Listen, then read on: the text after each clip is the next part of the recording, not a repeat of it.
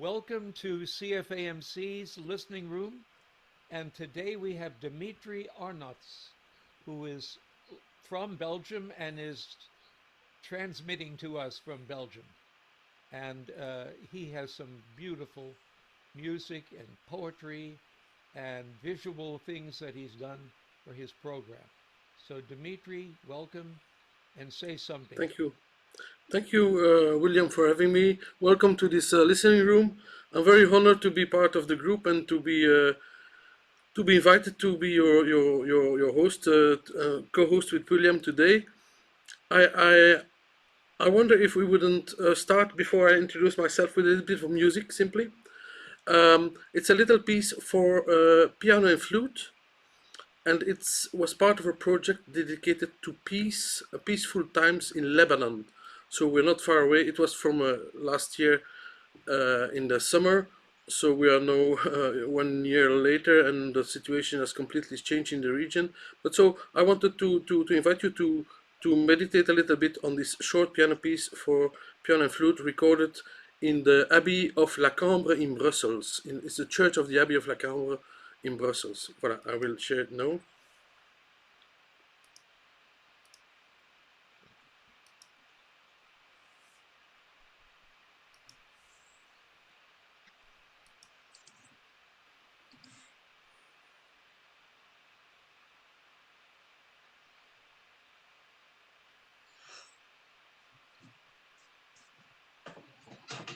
Hello, Will.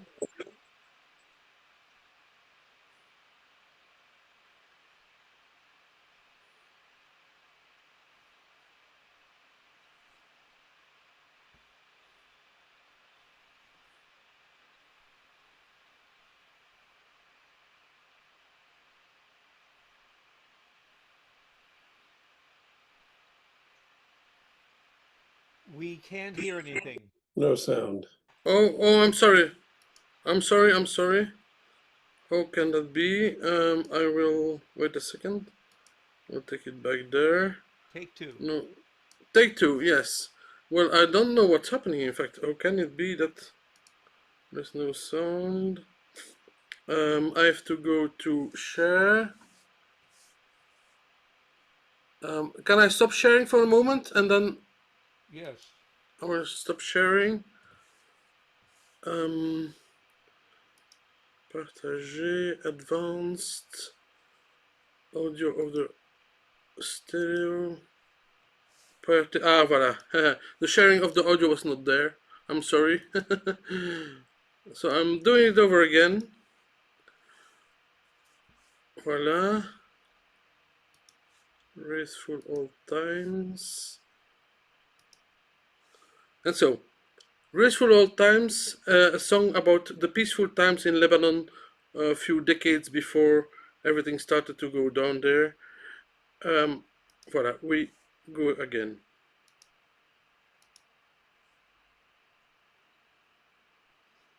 1 minute, the sun will come. I hope so.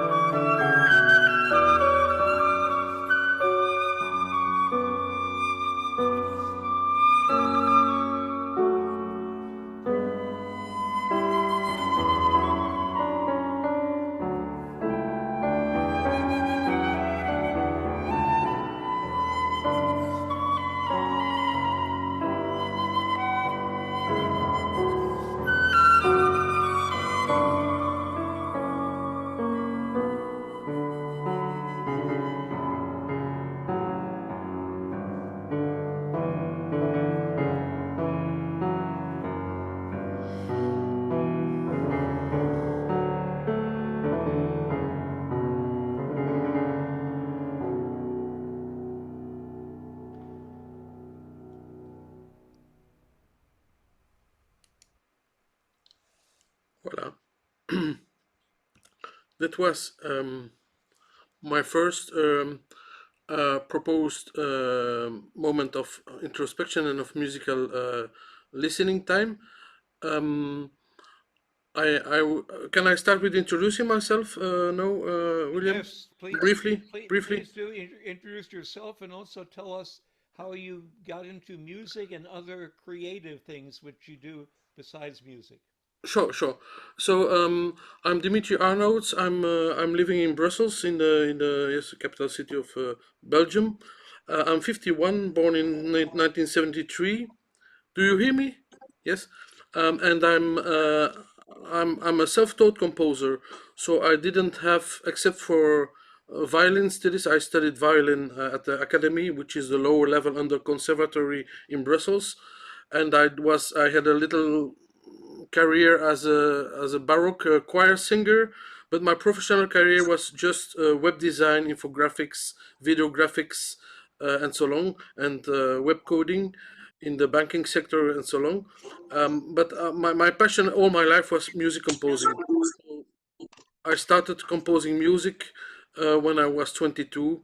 And now it's already nearly 30 years that I compose in an autodidact manner. So without any academic training, I compose music in the neotonal style mostly. I think I've just composed about two compositions in the in the really dissonant atonal style, and that's it. It was funny, but I don't want to pursue that.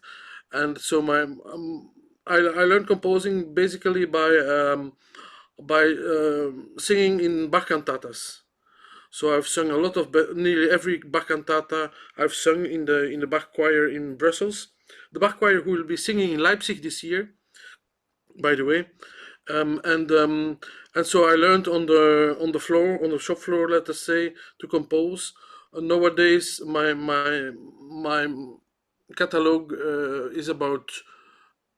is quite extensive, but not everything is of the same level of achievement and of finishment. So I could say that I have about 900 pieces finished and about 2000 in my catalog, but which are in various stages of completion. It's mostly psalm settings. For 15 years, I did psalm settings and oratorio, everything Christian music.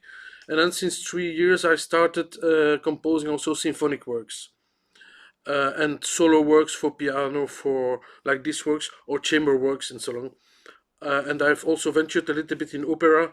So I'm at my busy with my third opera now, an opera in the, I would say, Rossinian style, but with a Verdian thematic. So a dramatic theme, but in the Rossinian style. If I may say so, because it's a little bit bold to say that. But let us say that's my parcours. I've made various master classes, followed various master classes in choral conducting and choral and orchestral conducting. But I can only say that I'm a little bit choral conductor. I'm not an orchestral conductor. That's way too difficult with my level of knowledge. And I'm happy to say that I'm joining the initiative taken by Magnus Gautestad, Composers for Beauty, where I will be member of the academy to mentor and accompany other young composers or composers wanting to venture into the harmonic, euphonic, tonal style of music, as we, for a large part here in this group, are also doing. Not everybody, but a large part. So voilà, that's my parcours. I don't want to spend too much time in explaining myself. I want to just to have 5 seconds in explaining what I am inviting you to tonight, or to this afternoon for the people in America. Um, I will not make a melting pot or panache from everything what I did. I will just focus to piano music, vocal music, and flute. Piano, voice, and flute mainly. Sometimes a little bit of orchestra. And the theme of the evening will be Easter. So we are out of the out of the Christmas frenzy, and we are going slowly as a Christian music group towards Easter. I must say that in my composer life, those the Easter and the Christmas celebrations are really something that give me rhythm and inspiration during for the liturgical and the religious part of my work. They give me really inspiration, and every year there is a build up towards that moment where I have inspiration around Christmas or around Easter. So I will let you hear the story of Easter by taking several compositions from different years, recent years, the last 2 or 3 years, that are related to the several steps of Easter, the stages of the story, like for example the Via Dolorosa, way to the cross, to the Golgotha, the night of Easter, the descent of the cross, after the crucifixion, and then all kinds of themes also related to peace and war, because we are now in a period where it's so dangerous and so dire, the international news that we get every day. We So and for that, we yeah, will hear a few of your pieces, with the last one being Pesach, before we have then a group discussion where people yeah, can say things and talk.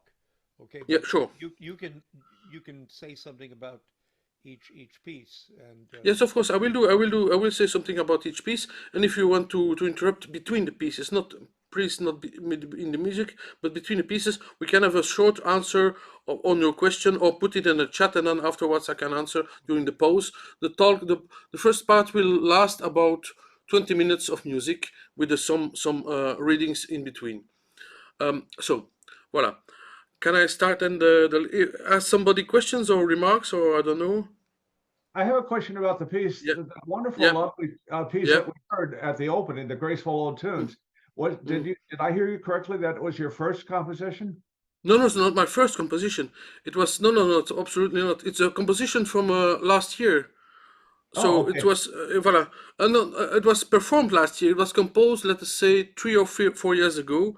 But I'm composing since 30 years. Mhm. So it's absolutely not my first composition. No, no, no, absolutely not. I thought it was an exquisitely lovely piece. It Thank you. reminded me a good bit of Dido's Lament from Purcell's Dido and Aeneas. Because it's it's also a pasacaglia, or a recurring bass line. So Right. it Was gives that a this. deliberate No, reference? no. No? No. When I compose, I try not to think of other compositions, because otherwise I feel blocked. Afterwards, sometimes I'm in a few cases I have noticed that I had recomposed something already existing, so then I'm really pissed off. Sorry, I'm really disappointed, let us say. But most of the time I don't. I try not to be too much inspired by other music, knowing that I am anyway indebted to all what I heard in my life. We are little dwarfs standing on the shoulders of giants, like Bach, like Mozart, Beethoven, all the things that have accompanied or formation as composers, or as music lovers simply. Voilà.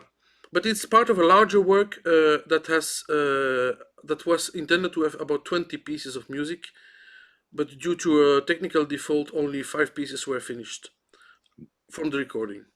Technical default with the microphone on the recording. That's a pity, but anyway, voilà.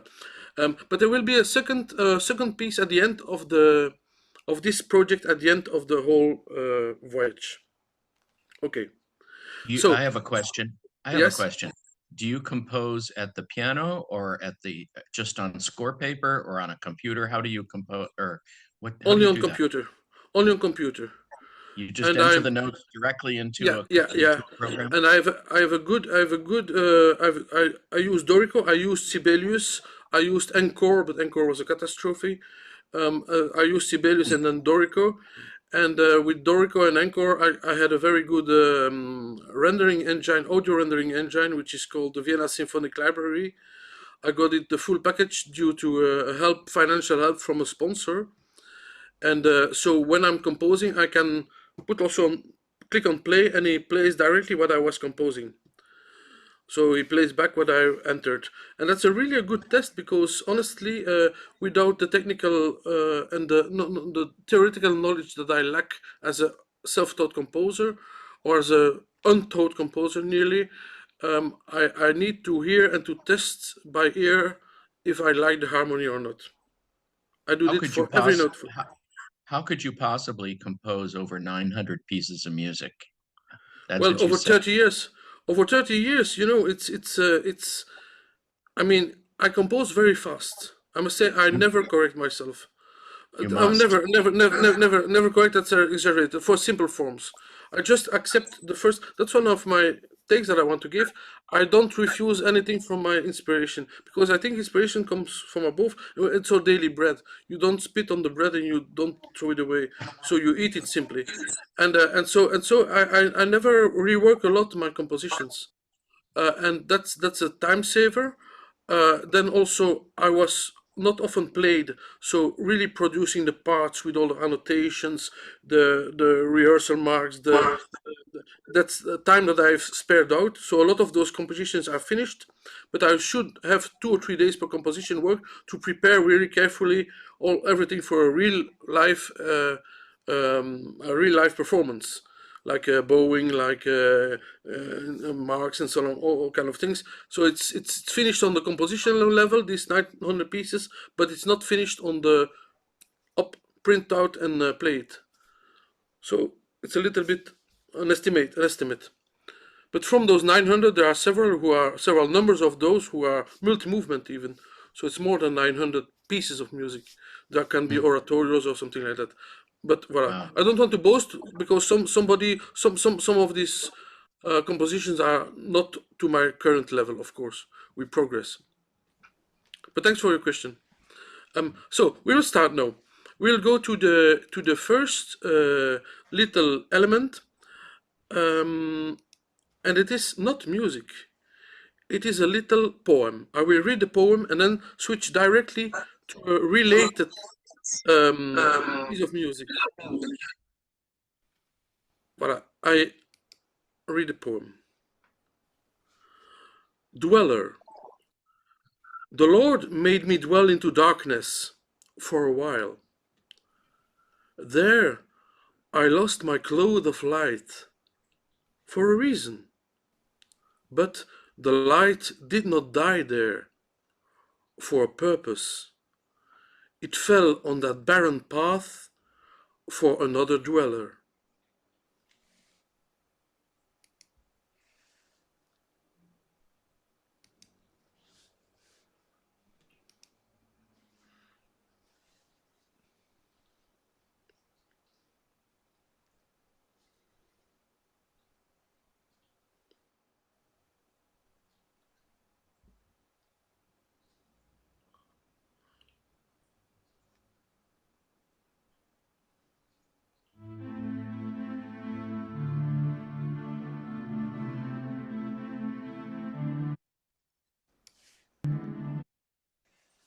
I'm sorry, there's a little glitch.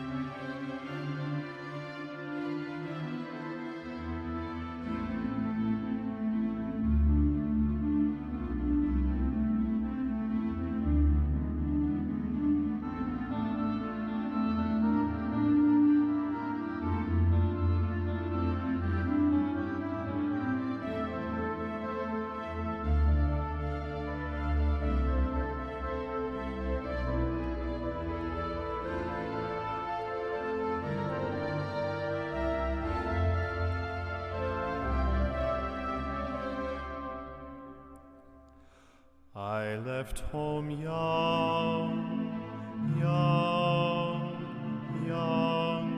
I left home young.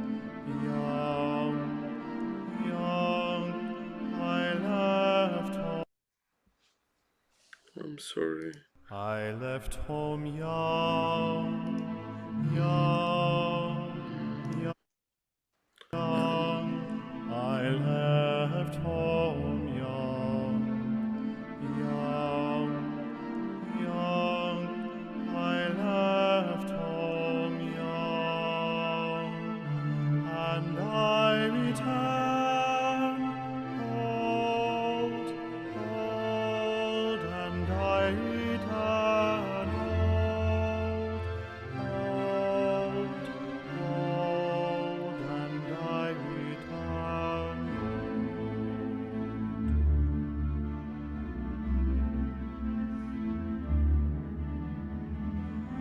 and I return old, old, old, and I return old,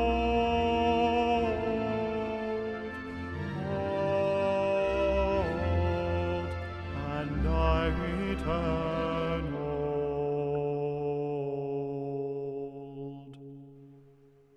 Speaking as then, as then, as then, but with agam thin, thin, and speaking as then, speaking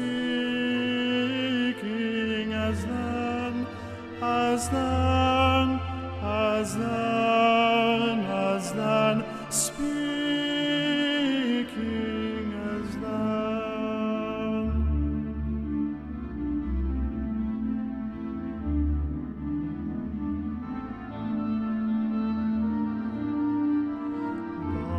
But with hair grown thin, thin, but with hair grown thin,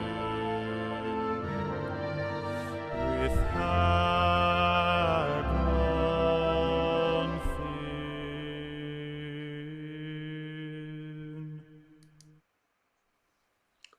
I stop it here. This tanka was an ancient poetry form from the Tang dynasty in China.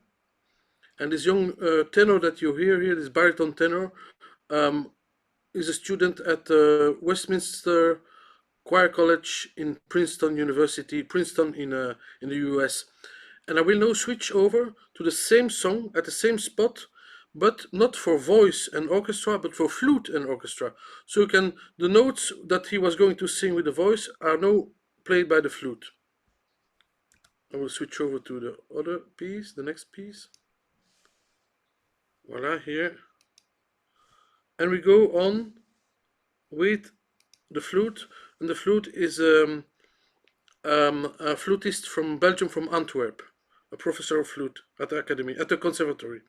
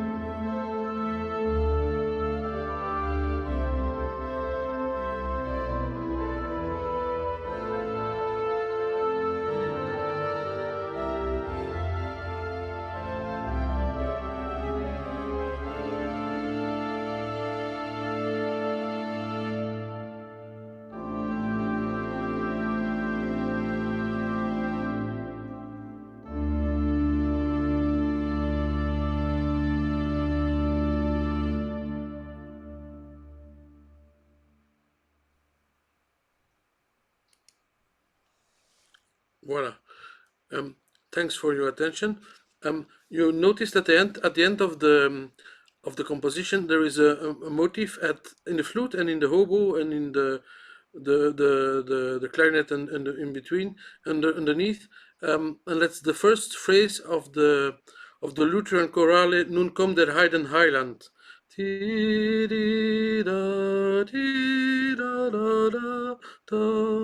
And why did I put it there in the composition? Because I thought that this poem was about somebody who left this world and who came back, if you listen to the text in the end, but that was not displayed, and who comes back and his own children don't recognize him because he's grown old. So I thought that this tanka was a little bit symbolic of the second coming of the Christ, because it's like when in the gospel it's said that will Christ find faith on earth when he comes back? So will his children recognize him? And that's a little bit the strange analogy that I found in the text, and that's why I put the phrase of this chorale at the end of the composition. So now I will go back to the list. Now we go to the first step of the Easter story, the Song of Ascent, meaning the ascent through Jerusalem towards the Mount of the Crane, Golgotha, to be crucified. From the depths of the city, harassed, mocked, you tread through these steep alleys that saw you acclaimed. Between two old walls, a patch of sky beholds you, the sovereign sun's brightness in one last embrace. And I, breaching the guard, I draw near to you.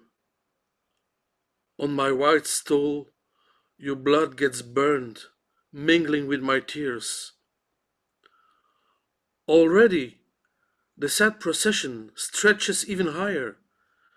Beyond the temple, we await your death.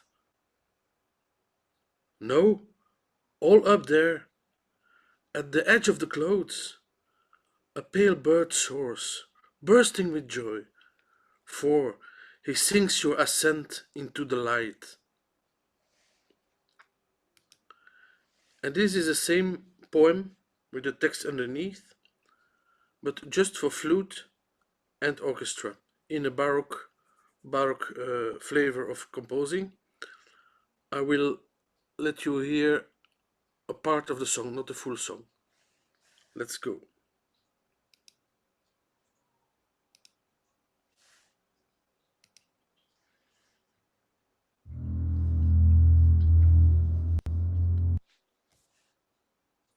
If we always to wait a little bit that the song downloads, because my internet is not very fast.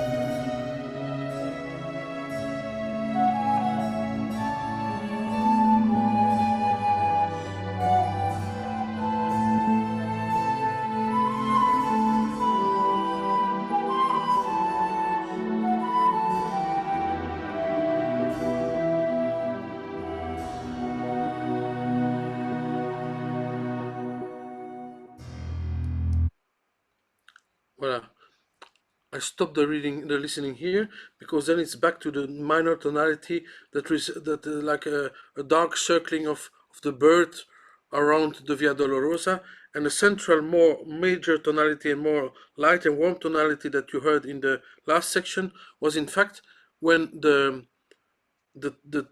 witness of the way of the cross breaks through the guards and goes and wipes the face of Christ with his stole.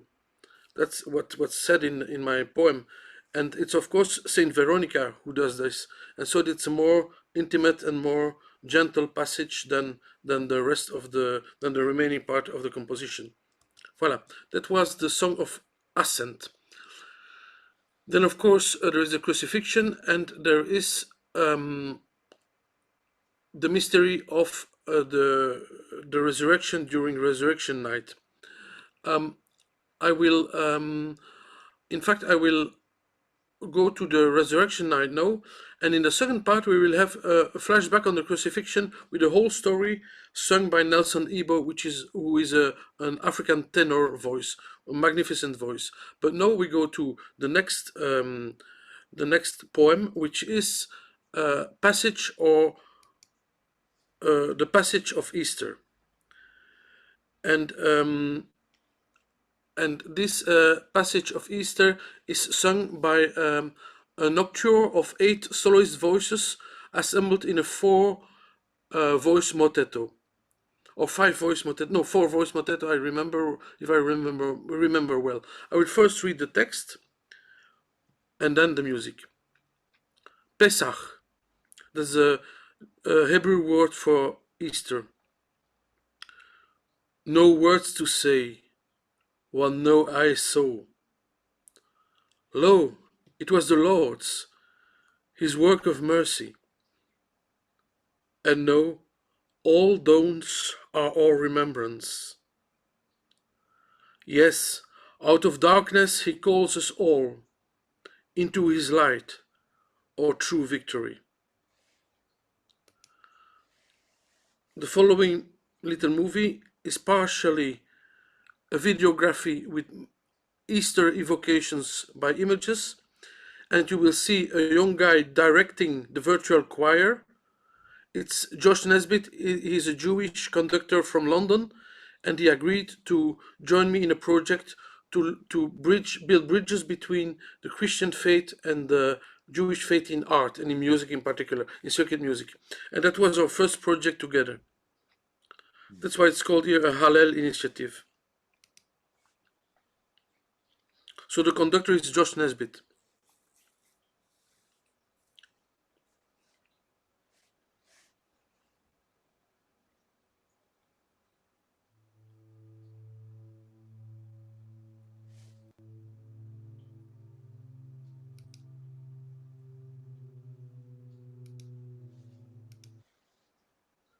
I'm sorry, I have to.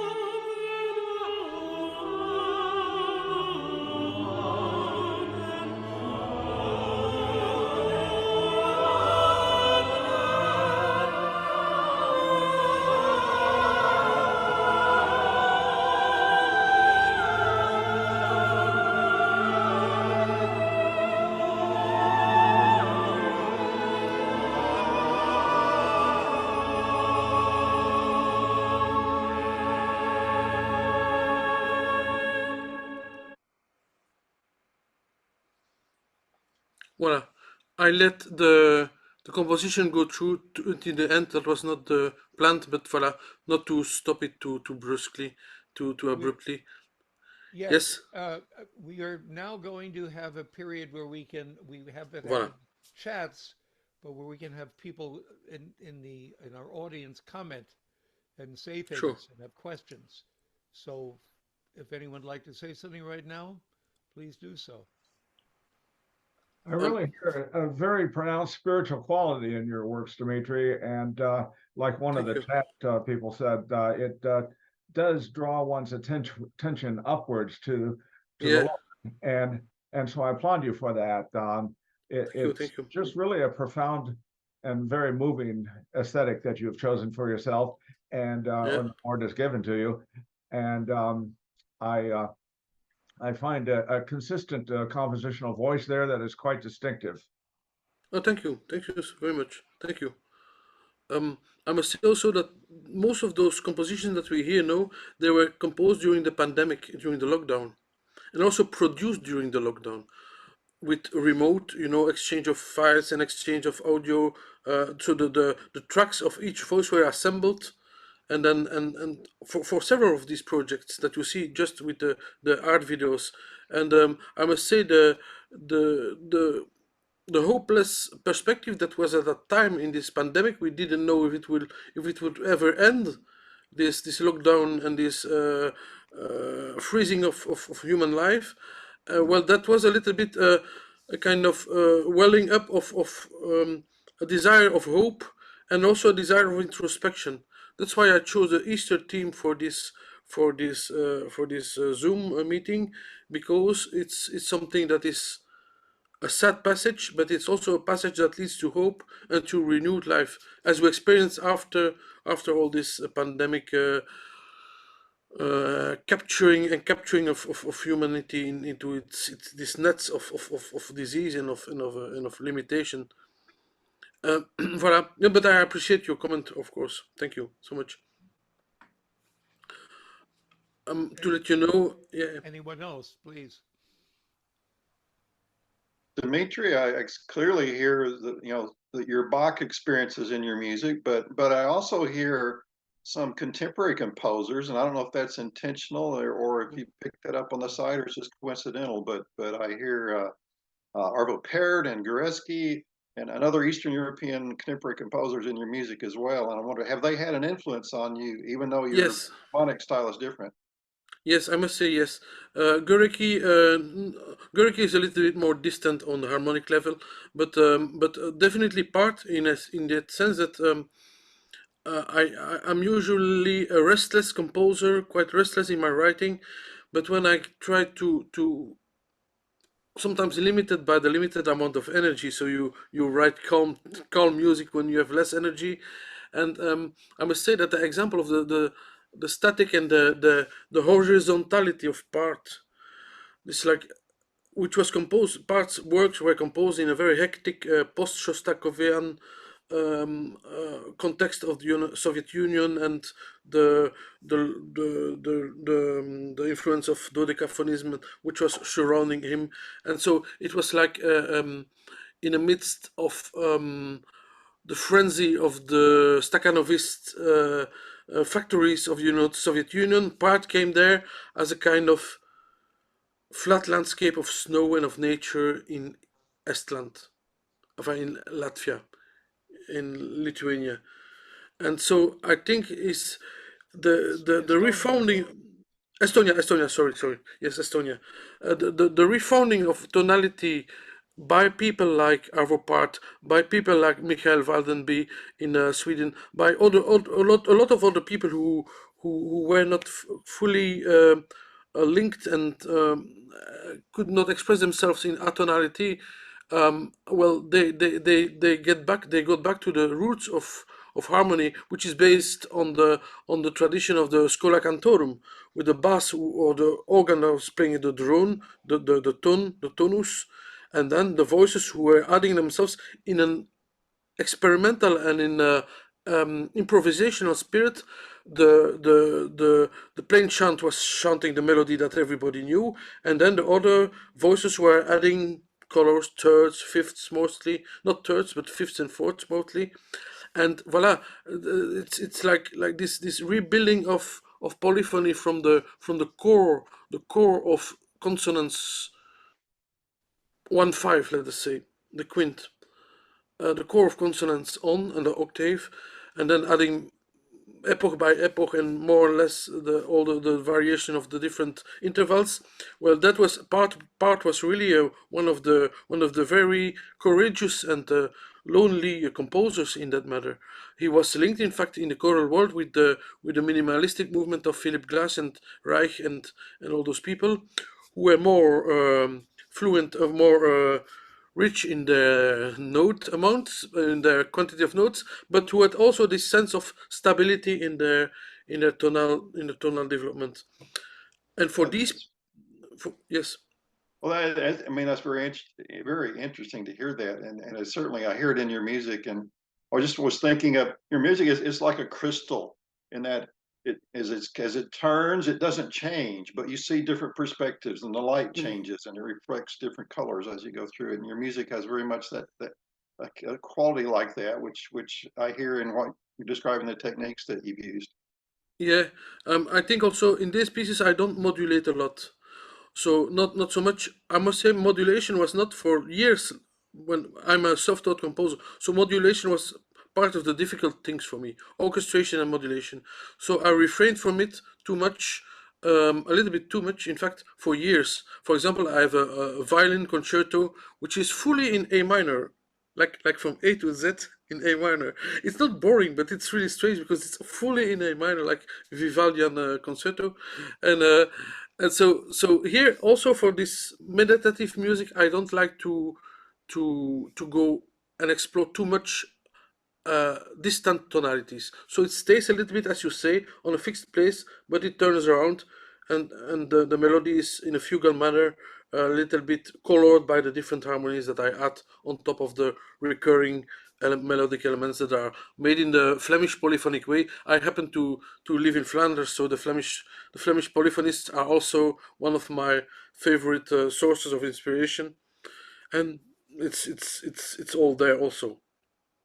Well, I must say, carry on. You have a very distinctive voice, and the artistry really shines through, and it's just beautiful music. So keep it up. thank you so much. Thank you so much.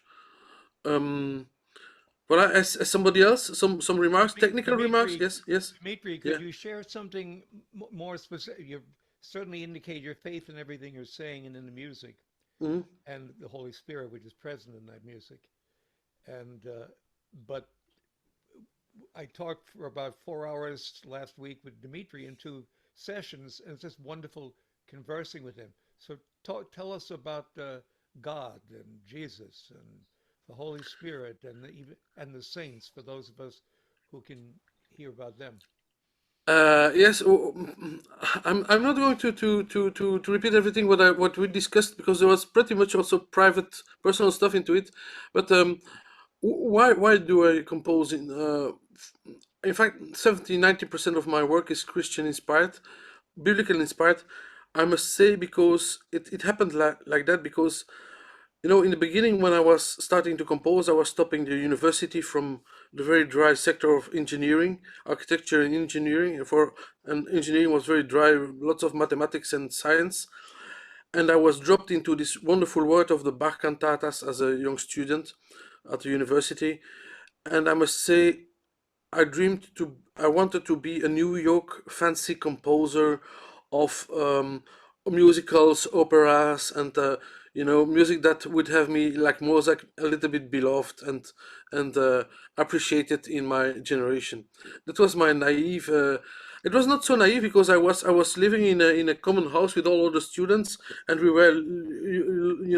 were busy socializing, and some people fell in love with others and so on. Oh, it was a weird situation, but it was quite sensual and so on.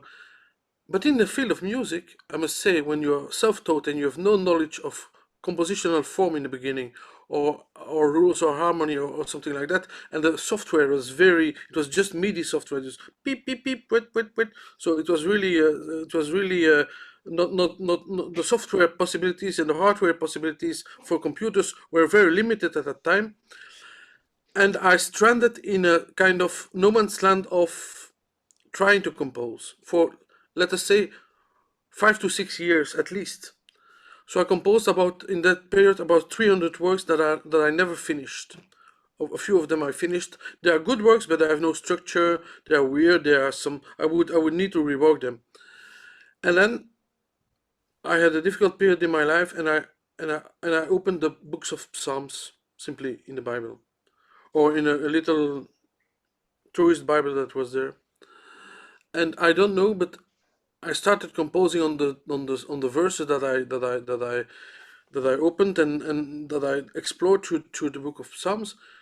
And then I had really the feeling that I was coming home into a field of inspiration and a field of evocation, of thematics, of praise and of gratefulness and of sometimes also of suffering through the text of the Psalms.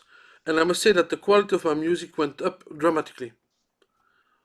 From that moment on, I needed not to correct a lot of what I was composing. Not that was perfect, but I was moving on because I had other ideas and came. So I was just composing, setting aside, composing, setting aside, and that's why I went to the 900 pieces more or less. For the moment, I want my life's work would be to set on music, concert music, not church music, concert music. The 150 psalms. I'm now 45 psalms far. But that's nearly 1 hour of music, 30 minutes of music per psalm. So I did this for 10 years. And then I remembered also my teenage years when my father offered me the Passions of Bach, the St. John Passion and the Matthew Passion from Bach, Johann Sebastian Bach, as a birthday presents.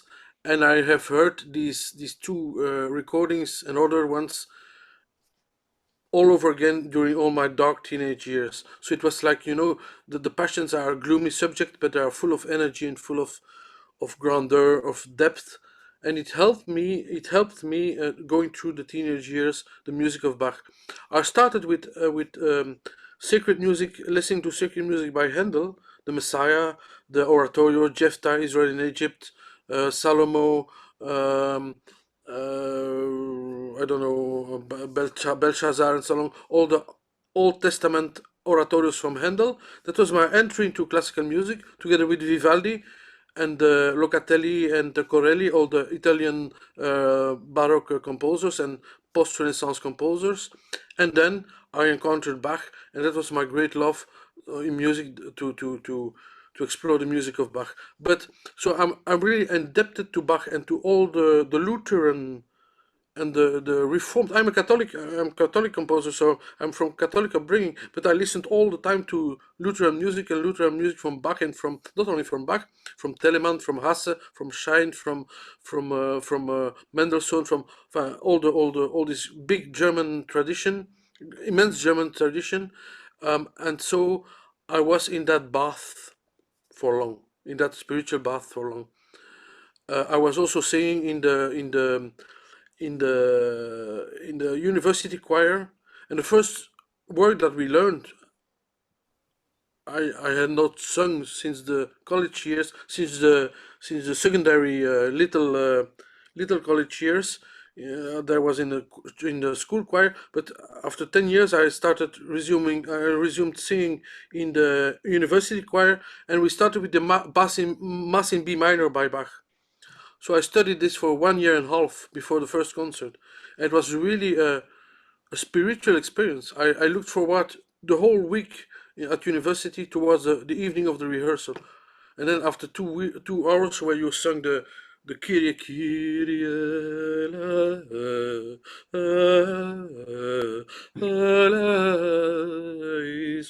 Kyrie,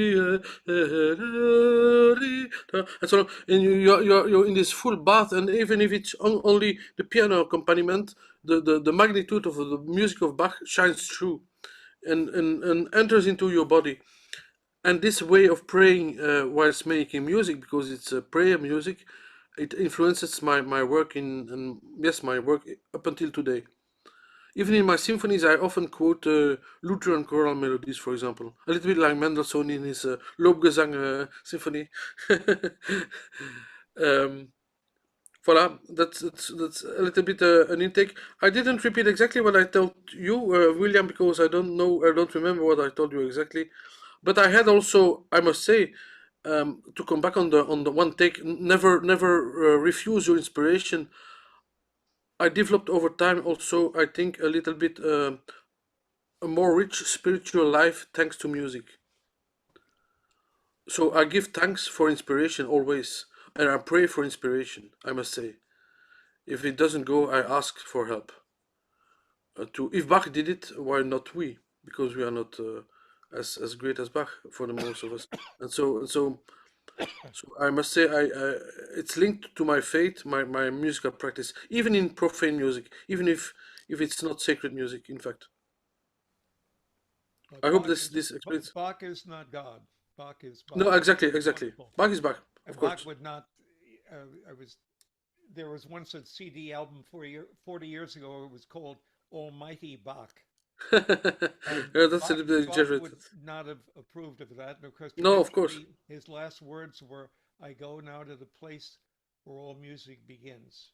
Exactly. Yeah. So there's And something much bigger than it's immense what God does, not just with music, but with everything. It's just of course. vast. And he was a very humble man.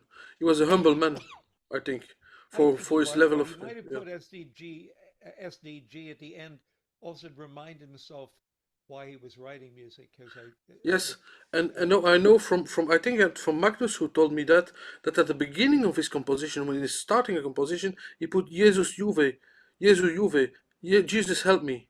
So that at the beginning he asked help. He wrote at the beginning of his compositions before he started composing, Jesus Juve, Jesus help me. And at the end, Soli Deo Gloria, when the help had come, to give thanks back and to give the gift back to God under the form of praise and thanksgiving.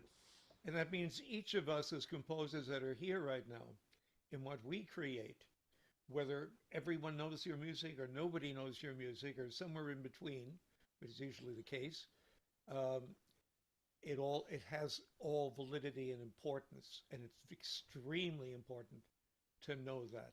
So solo Dei Gloria means if nobody listens to my music or they compliment me or appreciate it, the central thing is to glorify God, not ourselves. And when we do Mhm. that, we become then we're entering into heaven. The other way, we're entering into hell. So when Yeah. we get, if we after we leave this world, and if we kneel at Mozart's feet, and Mozart doesn't say, "Get up, don't kneel to me," well, no, we're not in heaven, we're in hell. But I don't believe Mozart is there, and I don't believe any of us will be going there either. But we're going to Mhm. continue the second portion of this, and we've, of course, moved from without Easter, excuse me, without Easter, there was Good Friday would not be good. And without Good Friday, there would be no resurrection. So we're going to continue this Easter pilgrimage, and you may take over, sir. Yeah. Thank you. The first will be a little poem that's a little bit seems unrelated to Easter. I wrote it literally in Oxford during my choral conducting masterclass. It was a wonderful place. I was there for nearly 1 month. University of Oxford. It was in the St. Stephen's House, which is a college in Oxford, which is the equivalent of a seminary. In they form and they train their priests for the Anglican Church, both Catholic Anglican and Anglican, because there are several flavors in Anglican Church, the High Church, Low Church, and so on. I don't understand it fully, but and that it was an international masterclass for singers and for choral conductors. And there I composed this little poem, which was based on a real anecdote that happened. It was the St. John's House, St. John's College in Oxford. A pale dove.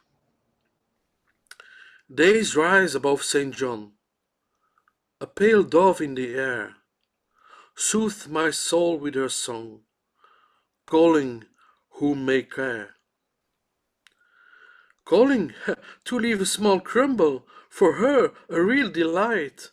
Her hope is so humble, that it is no my plight, to spare a bit or two from what us nature gave, to satisfy her too, with remnants of our crave. The crave, that's the crumble of bread that I was eating. Let's always keep in mind, as we take the big share, these creatures, dear and kind, hoping to get some care. Let us hear the poor's cry, and through open windows, a crumble, small and dry, cast into the meadows. For you had me awake at this hour so early, to hear the call and age of whom you loved dearly. What's the meaning of this last verse? Of course, I woke up very early in that morning because there was a dove on the near the window. It was a very complicated roof, and near the window there was a dove, and I think the dove saw that at the inside of my little room in Oxford there was a basket with with bread and with cookies and with dried resins, and so he saw that and he was looking at that, and then I opened the window and I threw him some breadcrumbs and he flew away, but he came back and he ate them. And that's the poem that is based on that. And it's just a poem talking about mercy and talking about having attention for the need of others.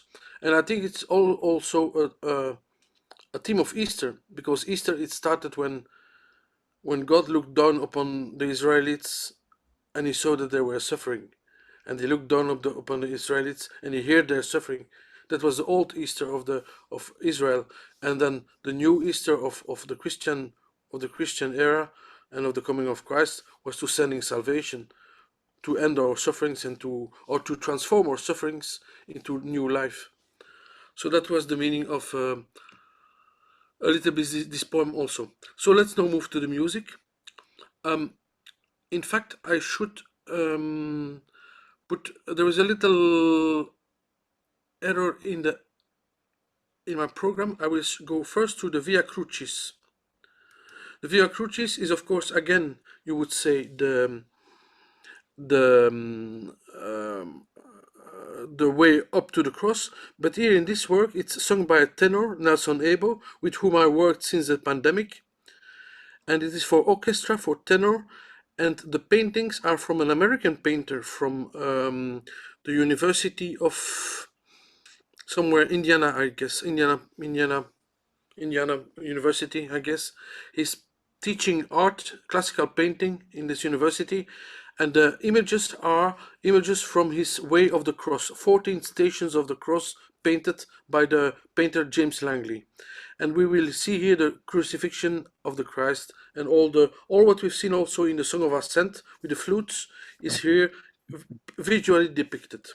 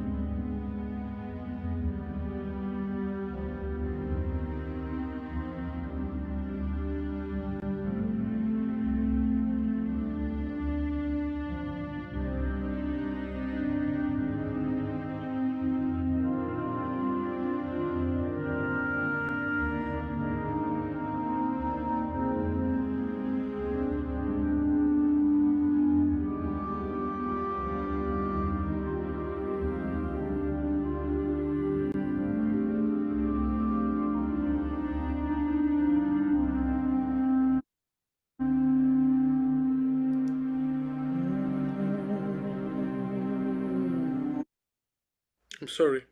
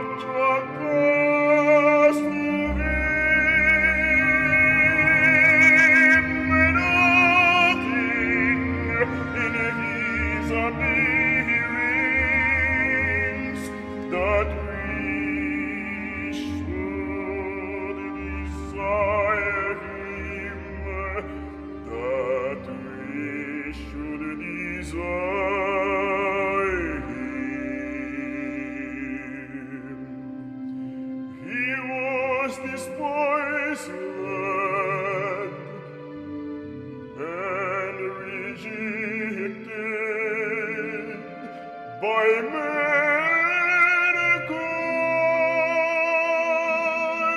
a man of suffering,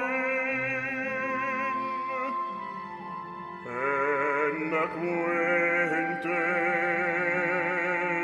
with pain, like one from home people, hide their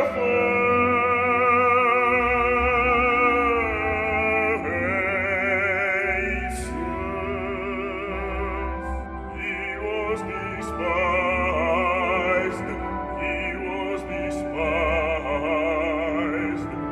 and we held him in low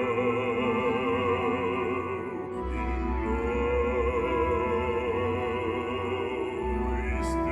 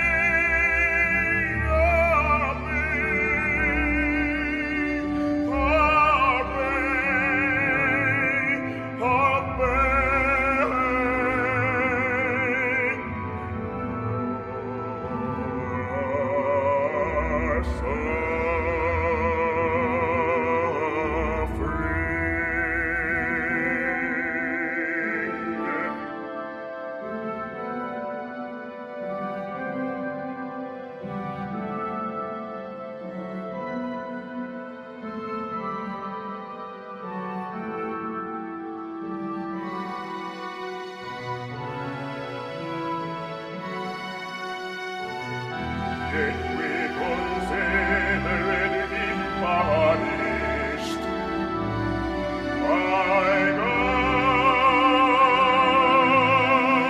striven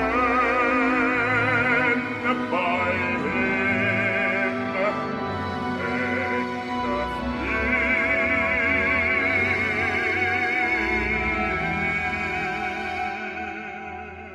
afflicted, but he was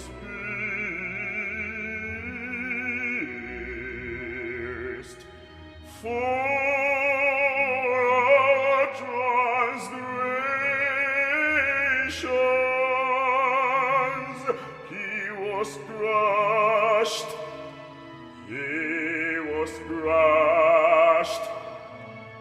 For our iniquities,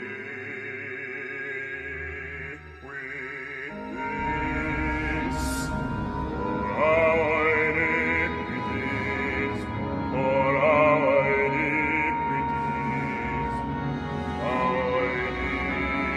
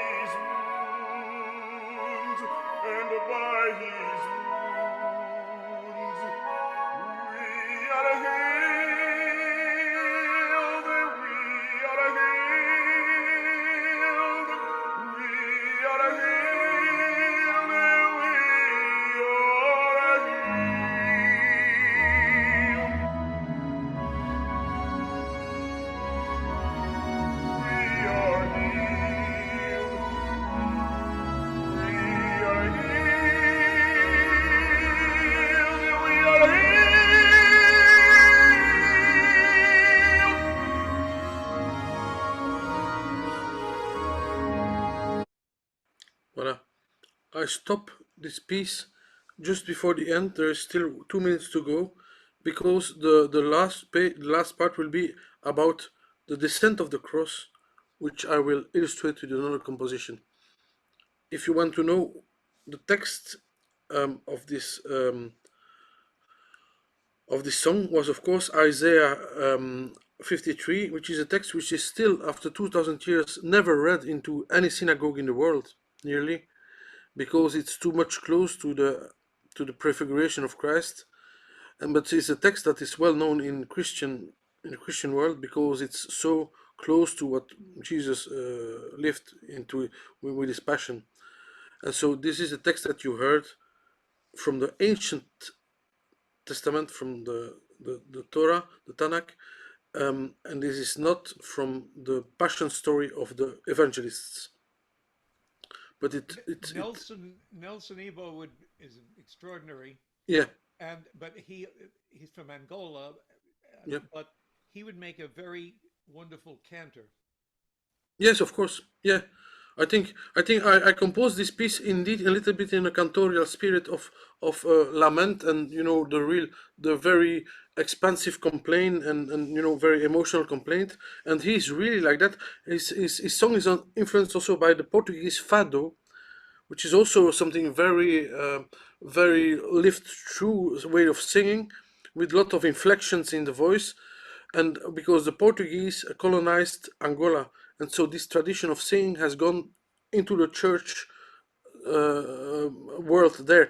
And he learned to sing, Nelson Ebo, as a self-taught singer in the beginning in a church. He was discovered by people from the United Nations who were doing a peace mission in Angola, because there was a huge and horrible civil war there. The country was run by communists, and there was an uprising financed by America and so on. It was a terrible civil war, and he was discovered during a peace mission by the United Nations people when he was singing in the churches. And from there he was taken to Spain. He studied with Placido Domingo and with Jose Carreras, and then he went to America, where he studied for a while also at Westminster Choir College, and then afterwards at the Academy of the Arts in Philadelphia. Of vocal arts, I think it's in Philadelphia. We are still collaborating, and we're resuming after 1 year of pause our collaborations for the benefit of faith and of music in Africa and elsewhere. We are busy with a big project now with Nelson. You will hear more later on this, but it's always a little bit linked to faith. So now I go further, and we go to the last step that I didn't show here in this composition, the descent of the cross. I will first read a little poem from my poetry website.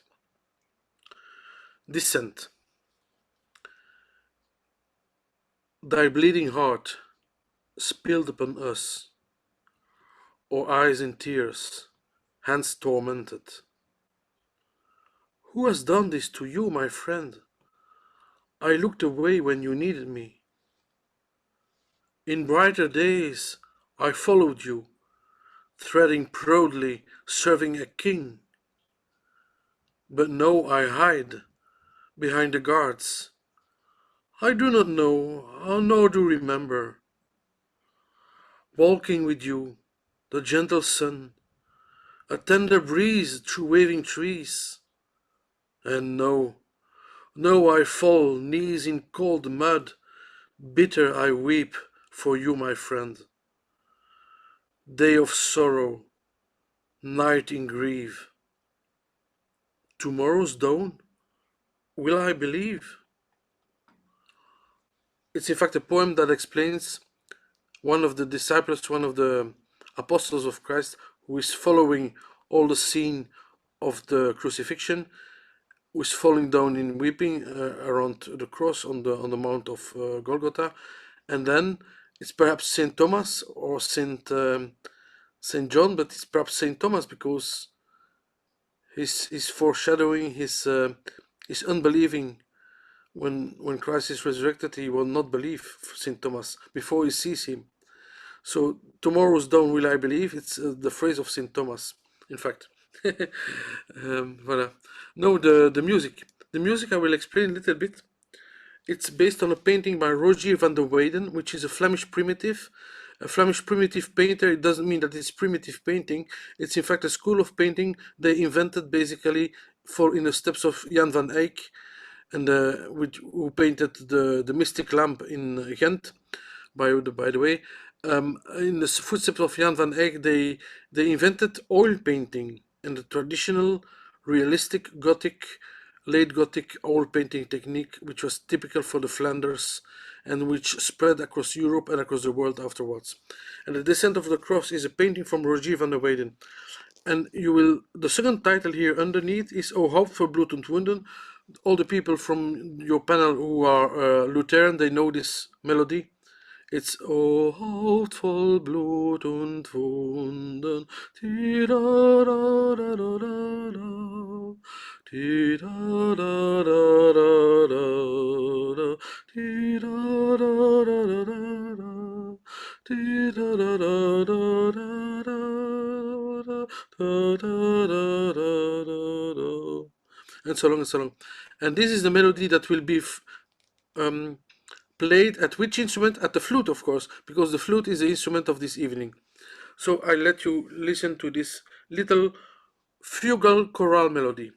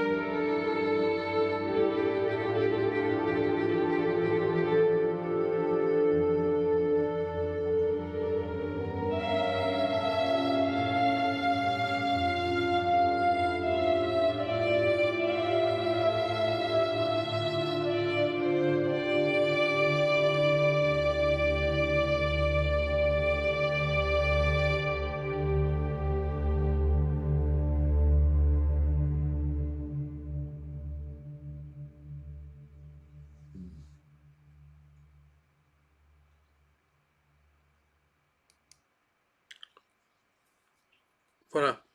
This was the Descent of the Cross.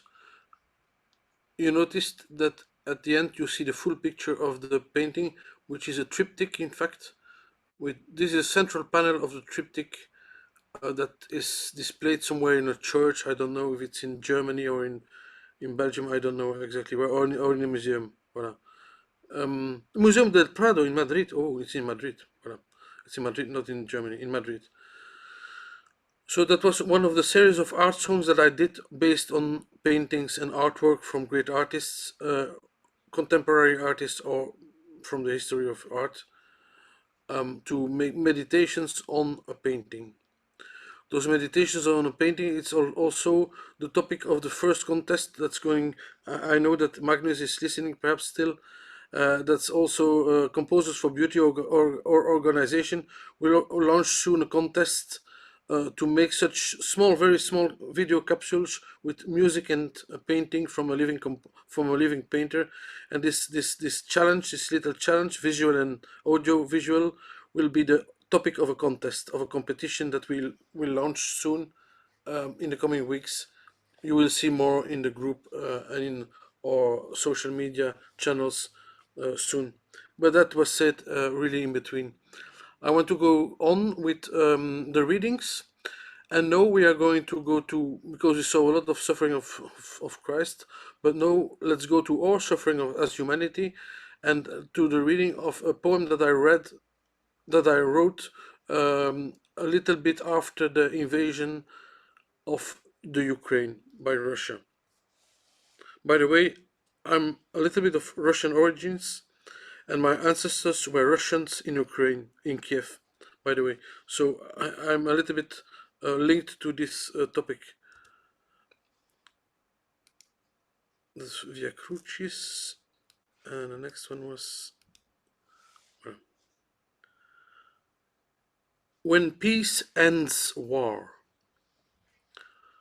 Actions of war by malice, sad hoax, acts done in rage or innocent age, access coward, leagues of lies and hoaxes, acres of aces, fallen in age. Mud, dead and fodder, morning's award. Dyed deep rivers with red anger, dire. Mothers, fathers mourn angels afar. Aces on bases spat blood and fire. But the Lord wishes vice no harm. Let ye gather, O Edens restored. He shelters the poor, might in his arm. Forego vile gain, O heathen thwarted. If God raises broken twigs in awe, I would despise his call to gentleness? He comforts the curbed and the saddened straw, and I would hate love ending in loneliness? May God's peace thus return to our place. My best hope, O quarreling brothers, may be history tuned to God's grace, will sing a new song to love others. Spare me the dark spears of my despair, desiring rage, laughter its delight. Inspire me dreams to which to aspire, these high and frail spirals of love and light. This was this war poem that ends in a wishful view of desiring peace, desiring mutual understanding between those two people, the Ukrainians and the Russians, who have so close a history on a religious and cultural level that it's amazing that they managed to end up in a war brokered by lots of distant interests on both sides, by the way. But that's a little bit of politics. And so, voilà, my wish is, of course, peace in Ukraine and also in Israel, but that's another story. And in Palestine. I want to end the musical part here of the Easter story with a requiem, an excerpt of my first commissioned work that I had a commission to. It was to write a requiem for somebody of my family who died, of distant family. And this is the Agnus Dei from this requiem. So the words in Latin are coming from the Catholic Mass of the Dead that is sung, a mass that is sung before Vatican II, was sung in Latin when there was somebody who deceased, who passed away. And this is the Agnus Dei. It's referring to Christ's sacrifice. And this is Agnus Dei with a slightly modified text from the ordinary Mass, in that sense that here the Agnus Dei asks not for peace, but for eternal rest also. The soprano who is singing is Chelsea Ramos, is a young student. No, she has finished her lyrical voice studies in Puerto Rico.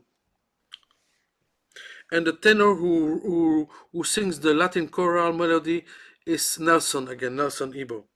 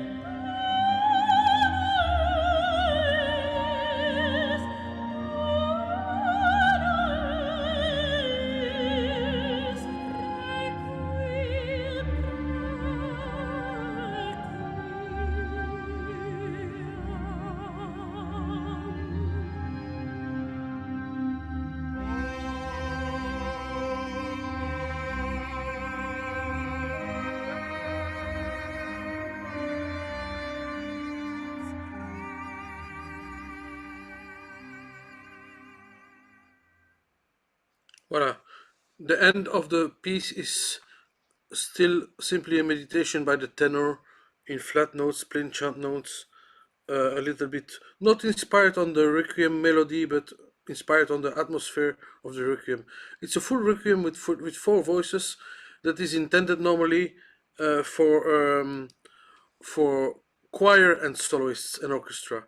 But here I never managed to have it for choir, played by a choir. Just so in the actual requiem mass that was performed at the funeral of my family member, it was only four soloists who were singing all the pieces. It was about 40 minutes of music, 40 minutes of music, this requiem. So we will finish I propose to finish the reading by a last little reading, and then you will have the choice. We can end with another very calm meditation, Wandering Soul, from the project for Lebanon that we heard in the beginning, another song, or something more humoristic and how can I say, more energetic. But I think we will skip the humoristic part and the energetic music if you really want an encore. So I will end with the little moment of poetry, and then with Wandering Soul, which is again flute and piano in the Abbey of La Cambre in Brussels last year, praying for peace and for remembering the good old times when Lebanon and the region was at peace, more or less. Future sense. Have you not heard? The city is gone. As in past times, we're back alone. Have you not seen? The people's pride fell into void, nowhere to hide. Have you not felt a breeze so thin, calling you forth, God's new begin?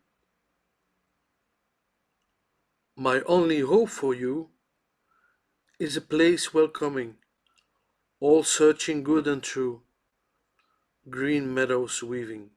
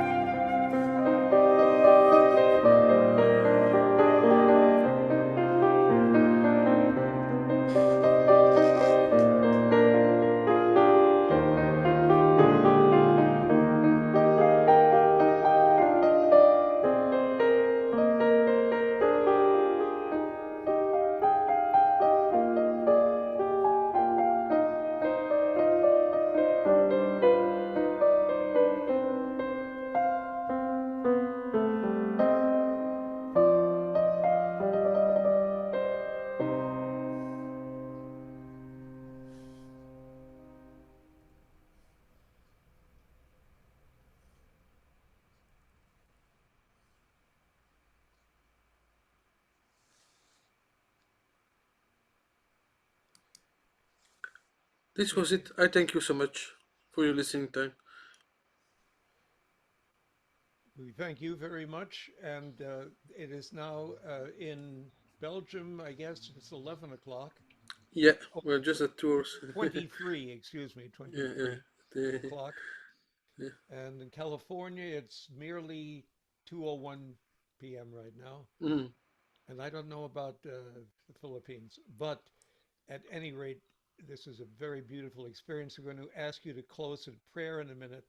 I would like to put in a plug for two things. One is that, of course, we recorded this session that if you're watching us, and send it, tell people about it, and have them listen to this guy's music. I would like Walter Saul to hear certainly what you come up with. It's very wonderful. Thank And you. next month we have Elliot Grebel, who is a very unique composer with a unique voice, and he will be our listening room guest. And at this point, I'm going to ask uh, uh, Dimitri if he would say a prayer for us and close this meeting. Sure. I didn't expect it, but If you'd like I to will pray base my about it prayer. first, No. I will base my prayer. I will improvise a little prayer, but based on the Thanksgiving prayer that we say when we start eating and end eating. When I was a kid, there was a little prayer which is called in Catholic Church Benedicite. We bless you. We thank you, God. We bless you, God, for the daily bread that we are going to eat. And I want simply to say a prayer to pray for our inspiration, all who are here and all the musicians who are here, to let us pray for to receive inspiration and to accept this inspiration as our daily bread. amen. Yes. So I will start. Our Heavenly Father, we are gathered here around the service of beauty. We ask you humbly to fill our hunger and our thirst for inspiration as composers. We ask you humbly to allow us to be servants of beauty and servants of faith and gratefulness towards your gentle providence, towards your permanent solicitude towards humanity. As you give his food to the bird that is crying in the nest, give us, to us artists, our daily bread of inspiration. May we be always grateful and content with what we have, and may make us give us energy and power and confidence to work on what we receive as inspiration and to deliver praises under the form of music that honor your name and that are building up and elevating our humanity, our common humanity, and let us share it with a spirit of generosity, but also with a spirit of light and of courage towards our contemporaries. We ask this, our Heavenly Father, in the name of Jesus Christ, your Son and our Lord. Amen.